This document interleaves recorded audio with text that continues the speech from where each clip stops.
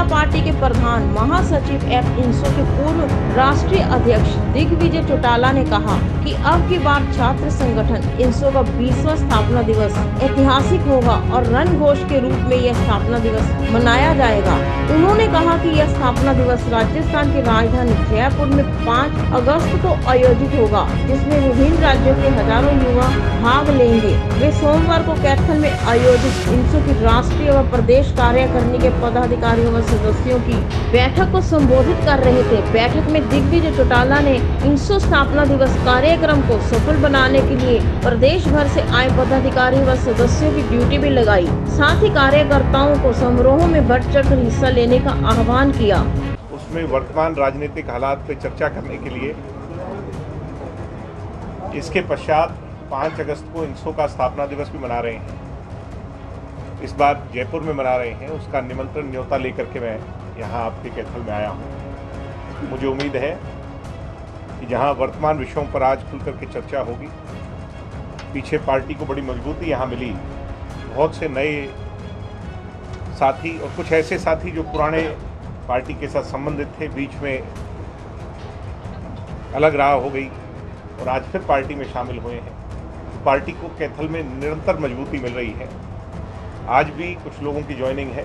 मुझे उम्मीद है कि आने वाले समय में पार्टी हिमालय जैसी ऊंचाई जो है, उड़ान जो है, वो इस जिले में जैसा पहले हुआ करती वैसे और मजबूती से हम उभरेंगे और आने वाले समय की तैयारी भी कर पाएंगे। कोई आपके कोई प्रश्न है तो उसका जवाब देना। सर 2018 आपको सभी को शिवरात्रि की भी मैं शुभकामनाएं देता हूँ। इस पाक पवित्र महीने की शुभकामनाएं कि कैथल के स्थापना दिवस ने हमारी नींव को और मजबूत किया था और वो ऐतिहासिक पल था, ऐतिहासिक क्षण था। हजारों लाखों की संख्या में युवा उस दिन यहाँ एकत्रित हुए थे। रणघोष कार्यक्रम जो इस बार हम जयपुर में करने जा रहे हैं, उसके भी दूरगामी परिणाम होंगे। 2023 में वहाँ विधानसभा का चुनाव भी है और इसमें कोई दुराई नहीं कि जेजेपी की बढ़ती हुई सक्रियता और दुष्यंत चौटाला जी की जो वहाँ के लोगों के बीच में आज पॉपुलैरिटी है, वो भी बढ़ रही है और 2023 के अंदर भी एक बड़ी महत्वपूर्ण भूमिका जननायक जनता पार्टी राजस्थान में भी निभाएगी। इसमें कोई दुराई नहीं। एक सर जैसे अभी 2 पीछे रहे, कोरोना काल के रहे, ऐसे में शिक्षण संस्थान की कोई भी एक्टिविटी उस पर नहीं थी। ना हमारे एक्टिविस्ट यूनिवर्सिटीज़ में जा पाए, कॉलेजेस में जा पाए। कोरोना के पश्चात आज हमारा संगठन हर विषय पर बेशर्ते, चाहे वो सरकार के खिलाफ भी प्रदर्शन करने की बात है, स्टूडेंट्स के हित के लिए आवाज़ उठा रहा है और यूनिवर्सिटी की बेटरमेंट के लिए भी हम प्रयासरत हैं। और मुझे उम्मीद है इंसो कभी भी, चाहे सत्ता में रहे पार्टी या ना रहे, वो छात्रों के हित, युवाओं के हित की आवाज़ को दबने नहीं देगा, उसको कमज़ोर नहीं। छात्र संघ चुनाव हुए ही नहीं, यूनिवर्सिटियाँ खुली नहीं, ऐसे में पहली बार चुनाव इस वर्ष होंगे, ऐसी मुझे पूरी उम्मीद है। और इसके लिए मैंने उप मुख्यमंत्री जी से भी बातचीत की और मुख्यमंत्री जी से भी समय लेके बातचीत करेंगे कि उसके जो सारा का सारा गाइडलाइंस हैं वो स्टूडेंट्स के बीच में आ जाएं, नोटिफिकेशन आ जाए और डायरेक्ट इलेक्शन हो, इनडायरेक्ट इलेक्शन ना हो, ऐसी हमारी रोजगार देना, हरियाणा प्रदेश के कमेरे वर्ग को मजबूत करना। अब जैसे दुष्यंत जी हिसार के एयरपोर्ट के लिए बहुत प्रयासरत हैं, ऐसे ही खरखोदा के अंदर जो प्लांट है मारुति का, उससे हज़ारों लोगों को रोजगार मिलने का एक नया रास्ता खुला है। जैपनीज़ बैटरी कंपनी सोना में आई है। ऐसे इस क्षेत्र के अंदर भी अब क्योंकि रोड कनेक्टिविटी हमारी अच्छी होगी, तो हमारी सोच ये है कि यहाँ भी उद्योग कैथल के अंदर भी कोई स्थापित हों, इस संबाड़ा क्षेत्र के अंदर आगे स्थापित हों, जिससे यहाँ के युवाओं के लिए भी रास्ते खुलें।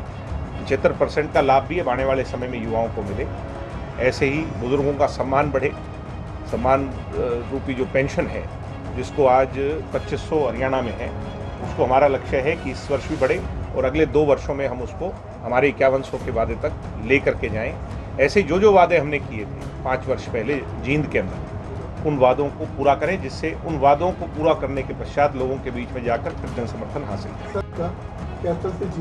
चीका वाली बात पर तो खुल करके बातचीत हो गई। दुष्यंत जी आए थे, मुझे पता है आप क्या कहना चाह रहे हैं, मैं उसी का जवाब। मानसून के पश्चात जब हम अगली बार मिलेंगे तो उन पर बहुत हद तक काम हो गया होगा, ऐसी मुझे पूरी उम्मीद है। दुष्यंत जी ने ये बात कही है आपके बीच में आके, और अब टेंडर प्रोसेस जैसे ही कंप्लीट होगा उस पर काम शुरू होगा। सड़कें बन रही है सर, 2 दिन में उगड़ रही है सर। वो तो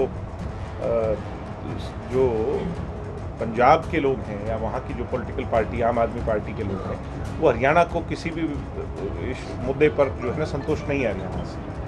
और मुझे बड़ी हैरानी होती है कि जब किसान आंदोलन चला था तो अपनी पलकों पर यहाँ के लोगों ने, पंजाब के लोगों को, वहाँ की व्यवस्था को बिठाया था, उनकी सेवा की। और हरियाणा के जब विषय आते हैं तो वो अपने हाथ पीछे खींच लेते हैं। ये बड़ी अजीब सी बात है जब पंजाब के विषय में हम चर्चा करते हैं। ऐसा नहीं होना चाहिए। पंजाब को अगर हम उस नज़र से देखते हैं तो उन्हें भी हमें उतना स्नेह देना चाहिए, मान देना चाहिए।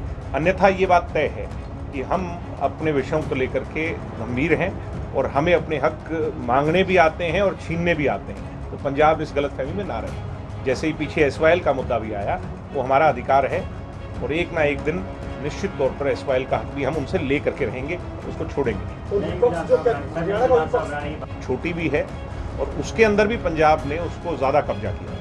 जो हमारा 40% का हक भी हमें नहीं मिला, तो नई विधानसभा बनने से तो निश्चित तौर पर जो है ना हमारे काम भी आसान होंगे और जो सारी गतिविधि है विधानसभा की उसमें उसका विपक्ष के नेता पे ये आरोप पार्टी का फैसला है। गठबंधन के साथ अभी पीछे हमने जो चुनाव लड़े वो लड़े, अच्छी मजबूती से लड़े और उसके अच्छे सकारात्मक रिजल्ट भी आए।